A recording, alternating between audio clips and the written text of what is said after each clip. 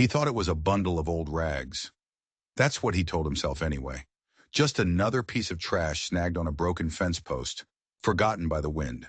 The desert was full of forgotten things. He should know. He was one of them.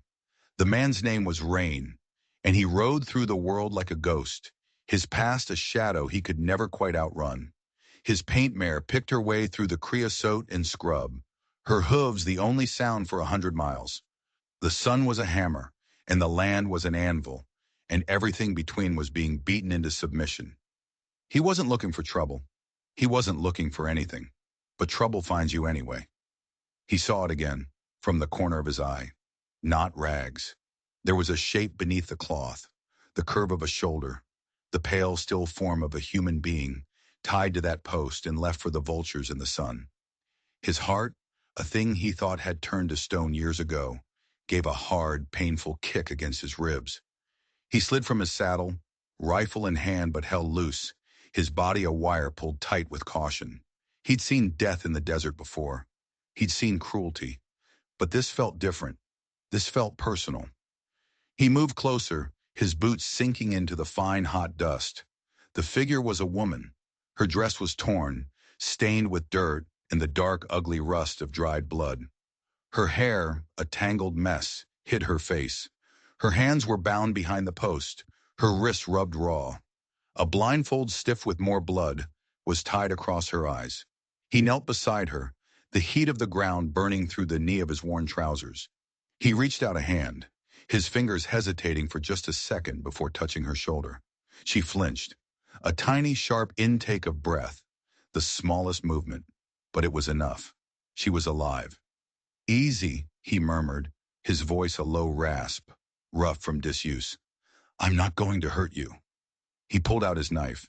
The blade was sharp, but the rope was thick and hard, baked by the sun into something like iron. It took him a full minute to saw through it, the fibers parting with a dry, cracking sound. When the last strand gave way, she didn't move. She just slumped forward, her body limp, held up only by the post at her back. He reached for the blindfold. His hands, usually so steady, had started to shake. He didn't know why. It was a feeling from another life, a ghost of a memory he'd tried to bury. He pulled the knot loose and gently drew the cloth away from her face, and the world stopped. The sun, the wind, the buzz of the flies. It all went silent, because he knew her. Oh God, he knew her. The scar just above her eyebrow from the summer she fell out of the apple tree, the stubborn line of her jaw, the lips he had once kissed under a canopy of stars. It was Evelyn, his Evelyn, the woman who had shattered his world 3 years ago, the woman who had vanished without a word, without a trace, leaving him with nothing but questions that festered like a poison in his soul. A sound escaped his throat, something between a gasp and a prayer. He stared, unable to breathe, unable to think.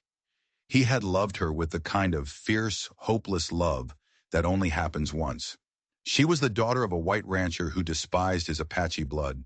He was the young warrior who was foolish enough to believe their love could conquer anything. They had a plan, a secret meeting by the creek. They were going to run away together, to a place where names and blood didn't matter. But she never came.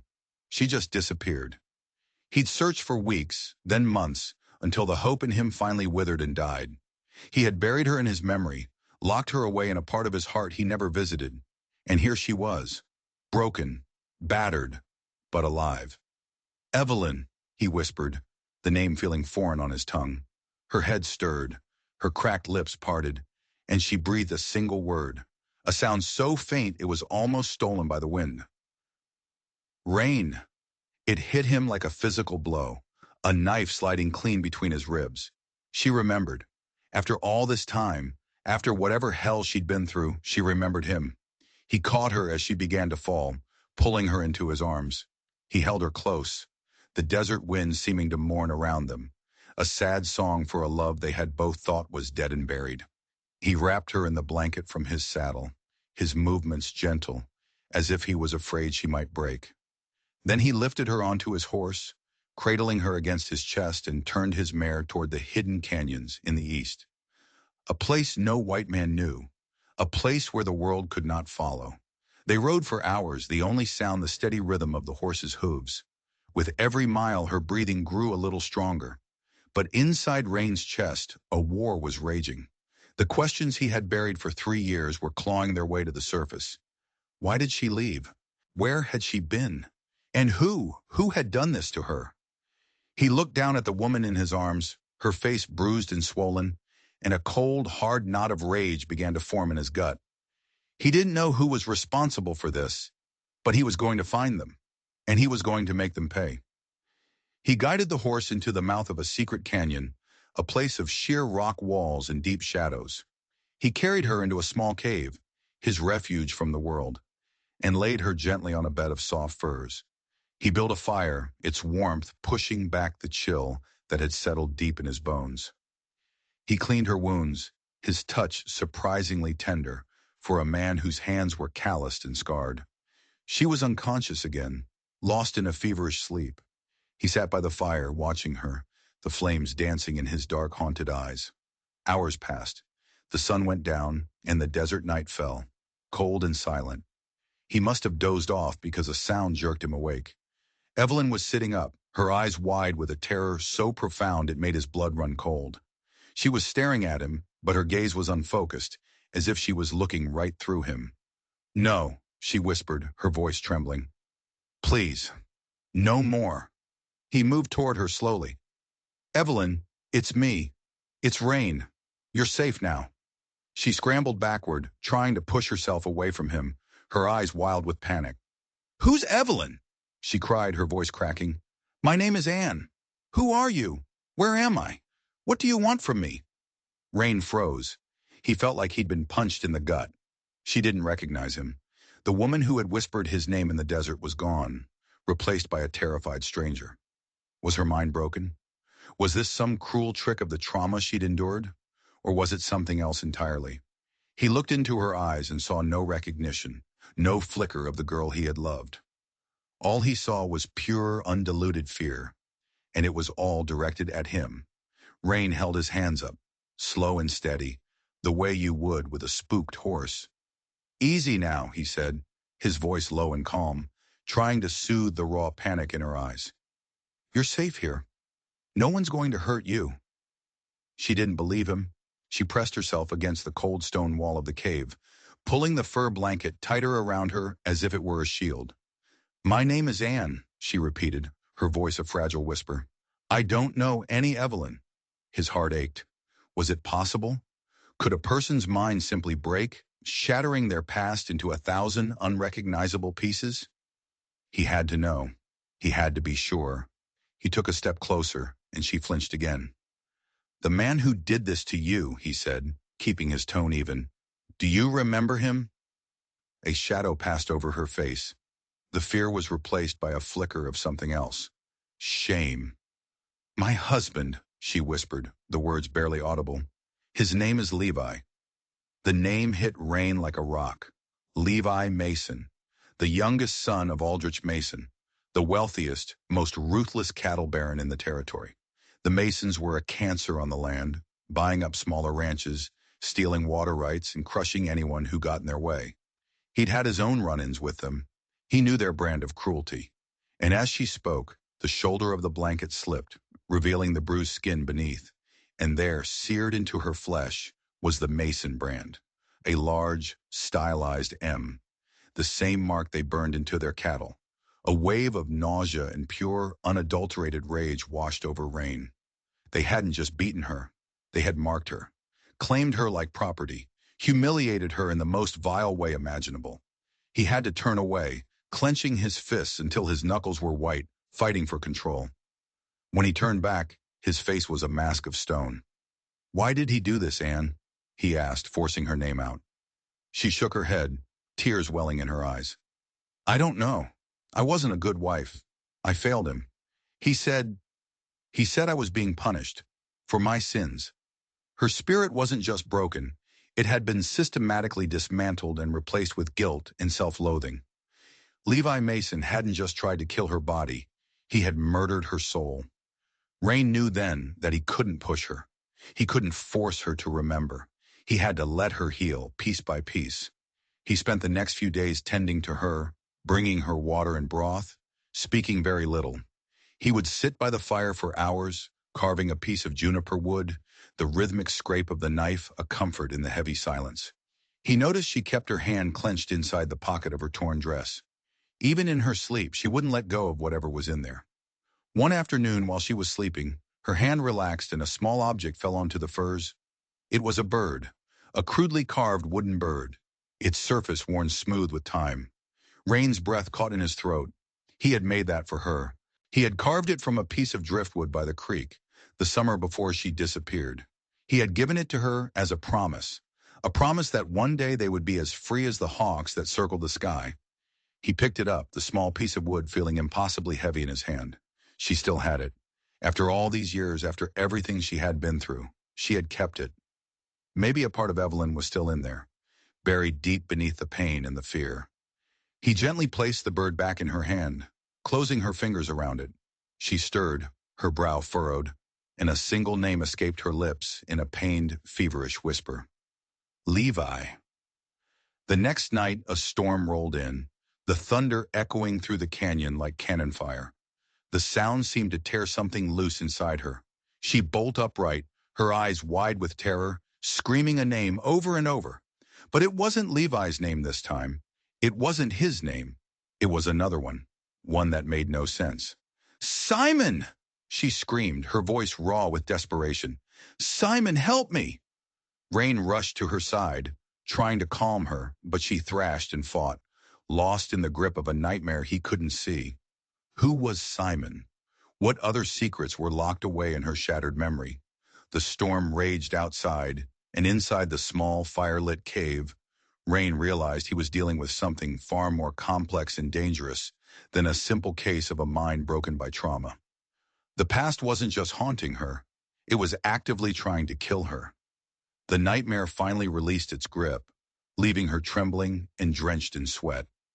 She stared at Rain, the terror in her eyes slowly receding, replaced by a dawning, horrified recognition. The name she had screamed, Simon, had acted like a key, unlocking a door in her mind. I remember, she whispered, her voice hoarse. She remembered a kindly old man with gray hair and sad eyes. Simon, her family's butler, a man who had been like a second father to her. She remembered writing a letter, her hands shaking, begging Rain to wait for her. She had given it to Simon, trusting him to deliver it.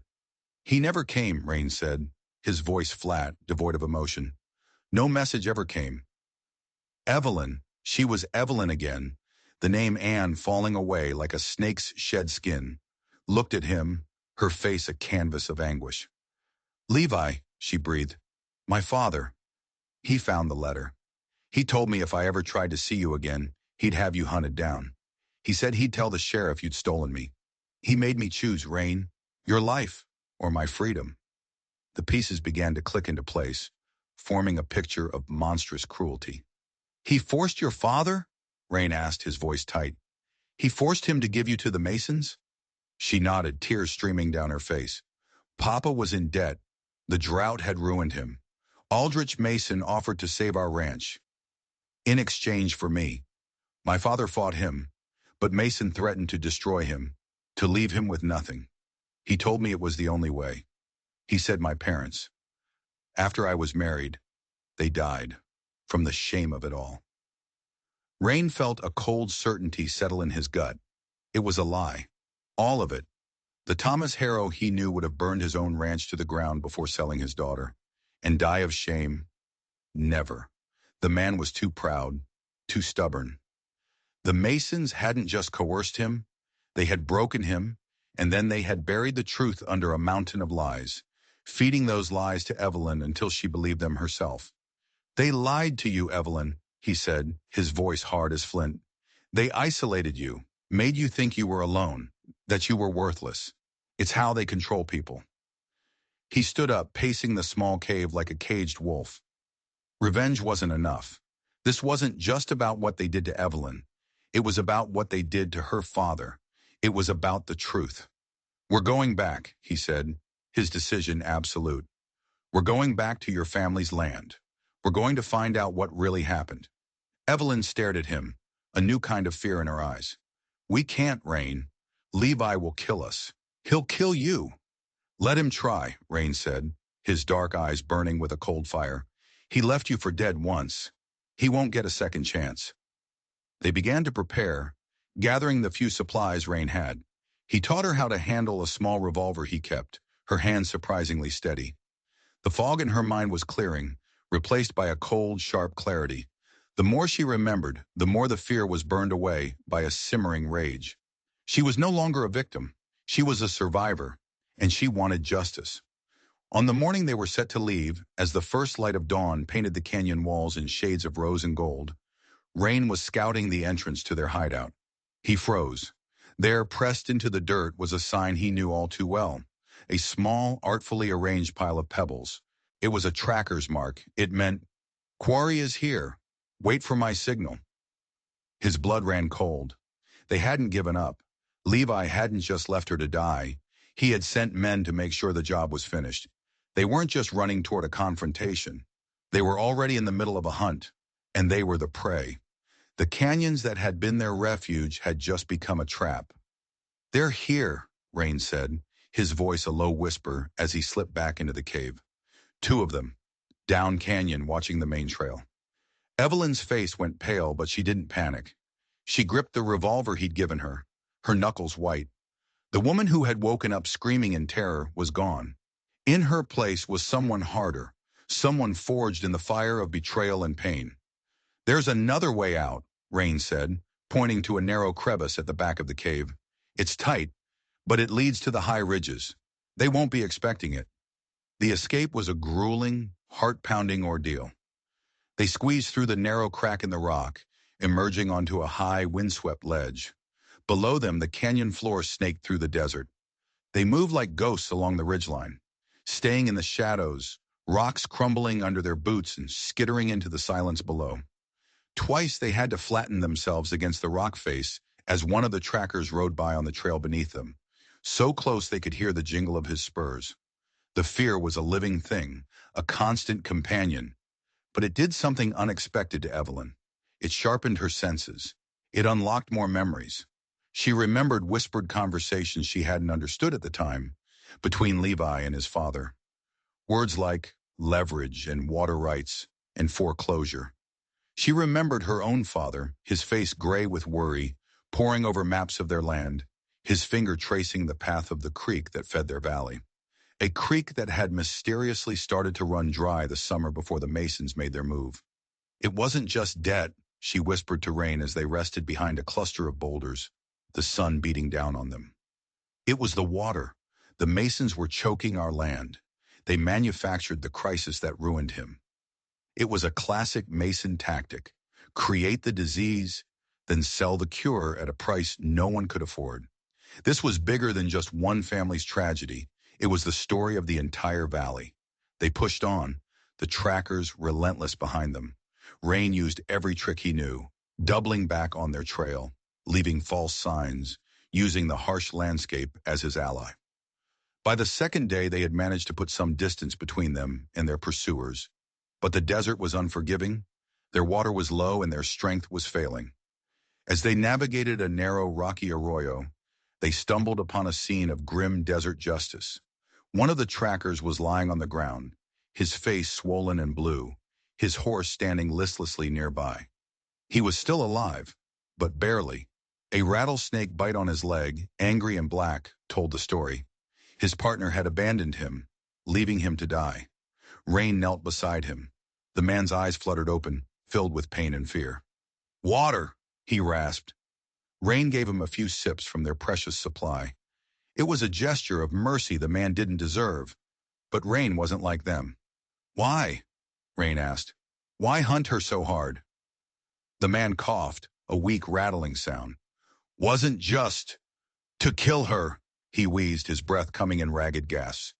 "Mason," he was furious, "said she took something important. We were supposed to get it back." Evelyn and Rain exchanged a look. She hadn't taken anything. She had fled with nothing but the torn dress on her back. "What?" Evelyn demanded, leaning over the dying man. What did I take? The man tried to speak, but only a bloody gurgle came out. His eyes rolled back in his head, and with a final, shuddering sigh, he was gone. They stood in silence, the desert wind whispering around them. He wasn't just sent to kill her. He was sent to retrieve something, something she didn't even know she had. Rain looked at the tattered dress she wore, the same one she'd been found in. It was all she had. What could she possibly be carrying that was so important Levi Mason would send men to kill for it?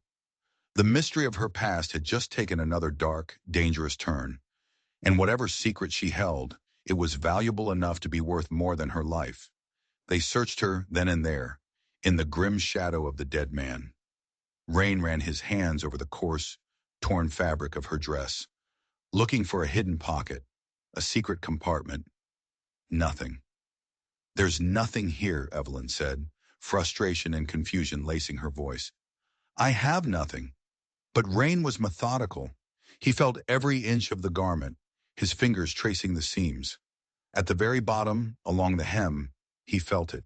A small, hard lump, no bigger than his thumbnail. Something had been sewn into the fabric from the inside.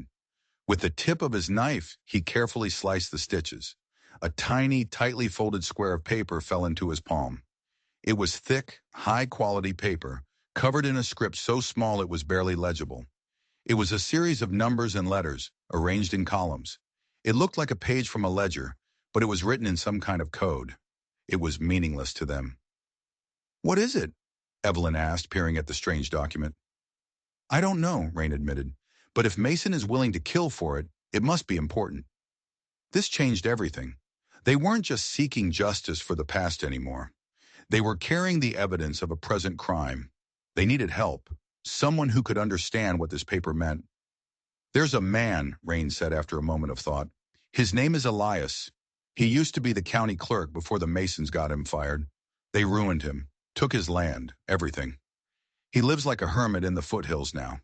If anyone in this territory can read a Mason ledger, it's him. Finding Elias was an ordeal in itself. He was a ghost, living in a ramshackle cabin tucked so deep in the woods it seemed the world had forgotten him. When they finally found him, he was suspicious, pointing a rusty shotgun at them with trembling hands. But when he saw Evelyn's face, and when Rain explained their story, the old man's eyes filled with a sad, weary recognition. He knew the Mason brand of evil all too well. He took the small piece of paper, his old watery eyes scanning the coded script. For a long time he was silent, his brow furrowed in concentration. Then he let out a low whistle. This isn't just a ledger entry, he said, his voice trembling with a mixture of fear and excitement. This is a key, a Rosetta Stone for their entire criminal enterprise. He explained that the Masons weren't just stealing land and water. They were running a massive fraud scheme, using a series of shell companies and falsified documents to launder money, bribe officials, and hide their assets from the territorial government. This single piece of paper was the proof. It held the names, the dates, and the accounts. It was enough to bring the entire Mason empire crashing down. But how did you get this? Elias asked, his eyes wide with disbelief. Evelyn's mind raced, piecing together fragmented memories. My father, she whispered, the realization dawning on her. He must have found it. He must have been planning to expose them. That's why they came after him. It wasn't about the debt. It was about this. And then she remembered something else. The night her father was cornered, the night he agreed to Mason's terms. He had embraced her, holding her tight, and in that embrace she had felt a small, furtive movement. He had slipped the paper into the hem of her dress, sewing it in with a piece of thread from her own sewing kit. He had made his own daughter the unwitting courier of the evidence that could destroy his enemies. He hadn't been giving up. He had been fighting back in the only way he could. Armed with this bombshell, their mission became clear. They rode out of the foothills not toward the ruins of her family's ranch, but straight toward the heart of the beast, the town of Santa Fe, the seat of Mason's power. They rode in not as fugitives, but as avengers, carrying a single piece of paper that held the power to burn a corrupt empire to the ground. They went straight to the sheriff's office. The man behind the desk, Sheriff Mayborn, was a fat, complacent man with a tin star pinned to his sweat-stained shirt. Rain knew he was on the Mason payroll. Evelyn, her face set and determined, slapped the coated paper down on his desk. "This is evidence of fraud, theft, and conspiracy," she said, her voice clear and strong, ringing with a confidence she hadn't possessed just days before. "It implicates Aldrich Mason and his sons in a scheme to defraud the people of this valley." The sheriff looked at the paper, then looked at them, and let out a slow, mocking laugh. "You and what, Army?" he sneered. He stood up, his hand dropping to the butt of his pistol. "You're wanted for questioning, girl. And you," he said, nodding at Rain, "are under arrest for vagrancy and consorting with a known fugitive." He drew his weapon. He was going to kill them right there in his office and claim they resisted arrest. It was over. They had come so far only to be cornered by a corrupt lawman in a dusty office. But just as the sheriff's finger tightened on the trigger, the door to the office flew open. Standing in the doorway was the kindly old butler, Simon. His face was older, more lined, but his eyes burned with a righteous fire. "He's not lying, Sheriff," Simon said, his voice shaking but firm. "And that paper isn't the only proof. I have the rest of it." From inside his coat, he pulled a thick, leather-bound ledger, the Mason's real account book. "And I know something else," he said, looking at Evelyn with tears in his eyes. "They didn't just ruin your father, child. They murdered him." The sheriff's office was suddenly silent, the air thick with the weight of Simon's words. Murder. The word hung there, ugly and undeniable. Sheriff Mayborn's face, which had been a mask of smug authority, crumpled into a mess of confusion and fear. His gun wavered in his hand. He was a bully and a fraud, but he wasn't a killer. Not in cold blood, not with witnesses. Simon stepped forward, placing the heavy ledger on the desk with a solid, definitive thud. "I was there the night Thomas Harrow died," Simon said, his voice gaining strength with every word. "Aldrich Mason and his sons came to the house. It wasn't a business meeting. They came to silence him. He had discovered their scheme, and he was planning to go to the territorial governor. They argued. I heard shouting. Then a single gunshot." He paused, swallowing hard against the memory. "They dragged me out of my room. They put a gun to my head and made me watch as they wrote a suicide note in his own hand, guiding his fingers after he was already gone. They made me sign as a witness to a new deed, signing the entire Harrow estate over to them. They said if I ever spoke a word of it, they would not only kill me, but they would find my sister's family in Missouri and kill them too." The story was horrific, a tapestry of pure evil. Evelyn felt the floor shift beneath her feet. The father she thought had abandoned her in shame had actually been murdered protecting her, protecting his discovery. The lies she had been forced to believe were more monstrous than she could have ever imagined. The sheriff, sweating profusely, lowered his gun. This was too big. This was murder and a massive conspiracy. His loyalty to the Masons was paid for in dollars, not in blood. He was a corrupt cop, but he wasn't willing to hang for them. Just then, the sound of hoofbeats thundered down the main street. Levi and Dalton Mason, flanked by a dozen rough-looking men with rifles, reined their horses to a halt in front of the office, kicking up a cloud of dust. They had heard about the strangers riding into town, and they had come to squash the problem personally. "Sheriff!" Levi yelled, his voice dripping with arrogance. "I hear you've got some trash in there needs taking out." He swung down from his horse, a cruel smirk on his face. But the smirk vanished when he saw Evelyn standing there, alive and defiant, her eyes burning with a cold, righteous fury.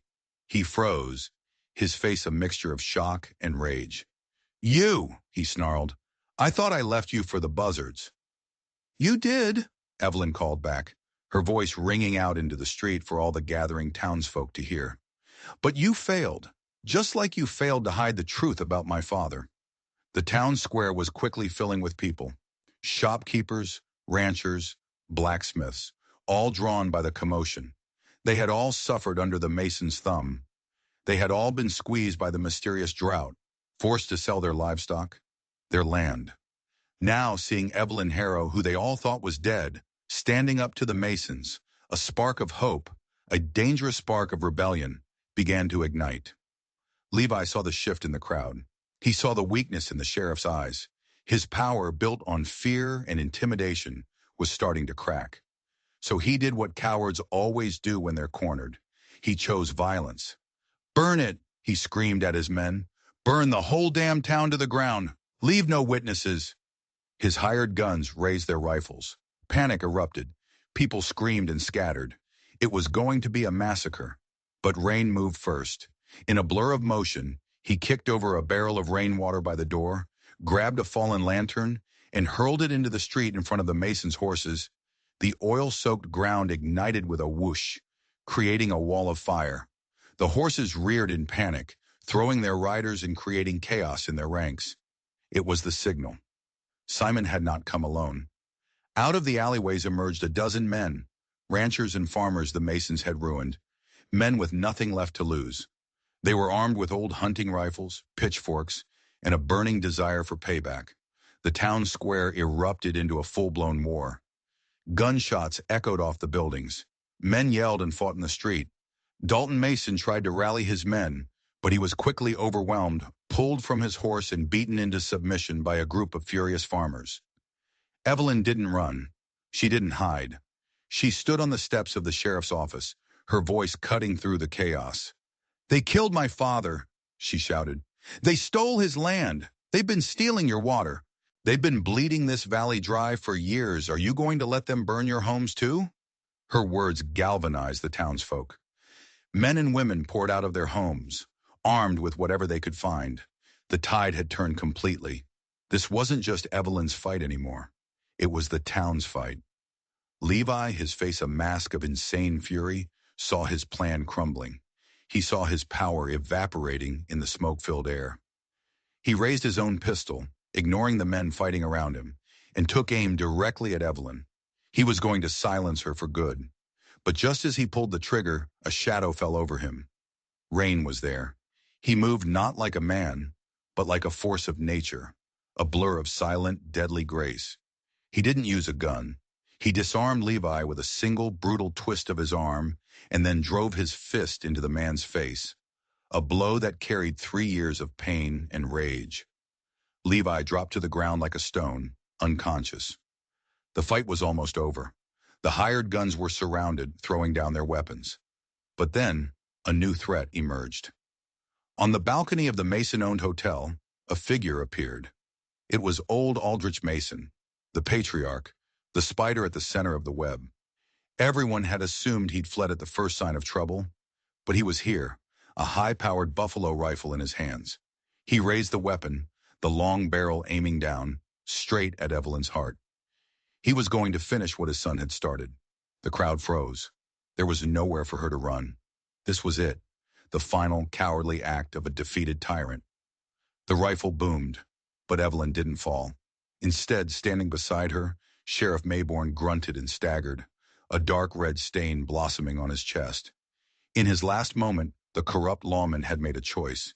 He had thrown himself in front of her, taking the bullet meant for her. His final act was one of redemption. And as he fell, every rifle in the town square swiveled and fired as one, riddling the old man on the balcony with a volley of righteous lead. The Mason Empire was over. The silence that fell after the final gunshot was heavier than the smoke that choked the air. It was the silence of disbelief, of shock, of a world turned upside down. The reign of the Masons, a dynasty of fear that had held the valley in its grip for a generation, had ended in a few minutes of fire and blood in the middle of a dusty street. The townsfolk stood, stunned, looking at the bodies of their oppressors, then at each other, as if waking from a long nightmare. Evelyn knelt beside Sheriff Mayborn. His breathing was shallow, his eyes glazed with the finality of death. He looked up at her, a flicker of something, regret maybe in his gaze.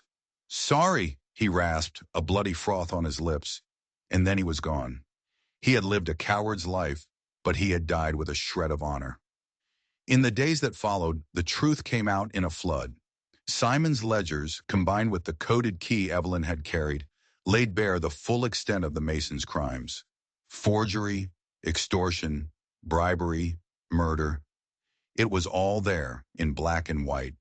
The territorial marshals arrived, not to restore the Masons' order, but to dismantle what was left of it, seizing their assets and arresting their cronies. The town, free for the first time in memory, began to heal. Evelyn did not want the Mason land. She didn't want their blood money or their corrupted legacy. She wanted only one thing, her father's homestead, the land that had been stolen from her. The territorial court, in light of the extraordinary circumstances, granted it to her without question. When she and Rain rode out to the property, they found it in ruins. The house was a skeleton, its windows like hollow eyes. The fields were choked with weeds. The creek was still just a trickle, but it was hers. They didn't rebuild the grand house. Instead, they built a new life from the ashes of the old. The first thing they did was find the source of the water problem. High in the hills on what used to be Mason land, they found an illegal dam, crudely built, diverting the creek's flow for the Masons' exclusive use. With the help of the other ranchers, they tore it down. The sound of sledgehammers on rock was a sound of liberation, and within a day the creek began to flow again, a silver ribbon of life returning to the parched valley. Water and hope were coming back. Evelyn stood by the newly flowing creek, letting the cool water run over her hands. The weight she had been carrying for 3 years, the guilt, the shame, the lies, seemed to wash away with it. She was no longer just a survivor. She was a restorer. She looked at Rain, who stood watching her, his presence a quiet, steady anchor in her new world. He hadn't just saved her life. He had helped her reclaim it, but her work was not done. As she stood on the porch of her ruined home, looking out over the valley, she knew she couldn't just rebuild for herself. She had been to hell and back. She knew what it was like to be broken, silenced, and left for dead. And she knew she wasn't the only one. There were other women out there, trapped in their own prisons of abuse and fear. She found the letter then, the real one. Simon had kept it hidden all these years. It wasn't a confession of coercion. It was the letter her father had been writing to the governor the night he was murdered. But the last page wasn't about the Masons. It was a personal note addressed to her. "My dearest Evelyn," it read, "if you are reading this, it means I have failed. But do not mourn for me. Live. Live with courage. Fight for what is right. And know that my love for you is the one thing no man can ever take away." The tears she shed then were not tears of grief, but of gratitude and love. He had given her one last gift, a mission. And as she folded the letter and placed it over her heart, she knew exactly what she had to do. Her father's land would not be a monument to the past. It would be a beacon for the future. Word began to spread, carried on the wind and in whispered conversations at trading posts and wells. It wasn't a story of vengeance anymore, but one of sanctuary. The story of the Harrow girl who had risen from her own grave to bring down a tyrant and was now building something new on the ashes. She called the place Luz del Fuego, the light of the fire. It wasn't a town, and it wasn't a ranch. It was a refuge. The first to arrive was a young woman named Clara, a baby on her hip and a fresh bruise darkening her eye. Her husband, a drunkard and a brute, had heard the story of the Mason's fall and had drunkenly boasted that he'd do the same to her if she ever crossed him. She had slipped out in the dead of night and walked for 2 days to find Evelyn. Evelyn didn't offer pity. She offered a hammer. "We're building a new bunkhouse," she said simply. "We need every hand we can get." And so it began. They came one by one and in small groups. Women who had been abandoned, abused, or simply told they were worthless. A Cherokee healer whose village had been burned. A teacher from back east who had been run out of town for teaching black children how to read. A young Mexican girl who had escaped a brothel. Each one arrived broken in her own way, carrying the scars of a world that had tried to crush her. And each one was met not with questions, but with acceptance, a warm meal, and work to do. Rain taught them how to track, how to hunt, how to shoot. He moved with a quiet confidence, his patience endless. He showed the children how to read the signs of the earth, how to listen to the language of the birds. He was their guardian, their teacher, their silent protector. Evelyn taught them how to read and write, how to manage finances, how to understand the law so no one could ever swindle them again. More importantly, she taught them how to speak their truth without shame. They built their community with their own hands. They raised cabins from pine and mud, planted gardens that blazed with corn and peppers, and dug a new well, its water clean and sweet. There were no fences at Luz del Fuego, only trust. Each night they would gather around a large central fire pit, sharing stories, singing songs, or sometimes just sitting in a comfortable silence, the stars thick and bright overhead. It was a place of healing. The sound of laughter, once a foreign currency, became the coin of the realm. Of course, not everyone approved. The new mayor in Santa Fe, a banker with a tidy mustache and tidier ambitions, grumbled about a den of radicals and runaway wives. Some of the local ranchers worried that the freedom at Luz del Fuego might give their own women ideas. Threats were made. A dead coyote was left on their doorstep. A note was pinned to the door of Evelyn's cabin with a hunting knife. It read, "Go back to the grave they dug for you." Evelyn tore the note down and threw it in the fire. She wasn't afraid anymore. Fear was a luxury she could no longer afford. The turning point came during a flash flood that swept through the valley. The creek, the very one they had liberated, became a raging torrent. A child from a nearby ranch was swept away. The search parties were failing. The light was fading. The boy's mother, a woman who had once openly sneered at Evelyn and her tribe of misfits, came to them as a last resort, her face streaked with tears. Rain and Evelyn didn't hesitate. They knew the land, every rock and ravine. Rain tracked the boy's path through the mud and debris, and Evelyn's knowledge of the flood patterns led them to a high outcrop of rocks, where the boy was clinging for his life, cold and terrified. They brought him back, wrapped in Rain's own blanket. When Evelyn placed the shivering child into his mother's arms, the woman looked at her, her eyes filled with a new understanding. "I was wrong about you," she whispered. "No," Evelyn replied gently. "You just didn't know me yet." After that day, the hostility began to fade, replaced by a grudging respect, and then by a quiet alliance. The other women in the valley started visiting, bringing supplies, sharing news. The community of Luz del Fuego was no longer an island. It was the heart of the valley. One evening, as the moon rose full and silver over the mountains, Evelyn and Rain stood watching the fire, the heart of their community. "You never asked for anything," she said softly, looking at the man who had stood by her through everything. "For saving me, for helping me build all this."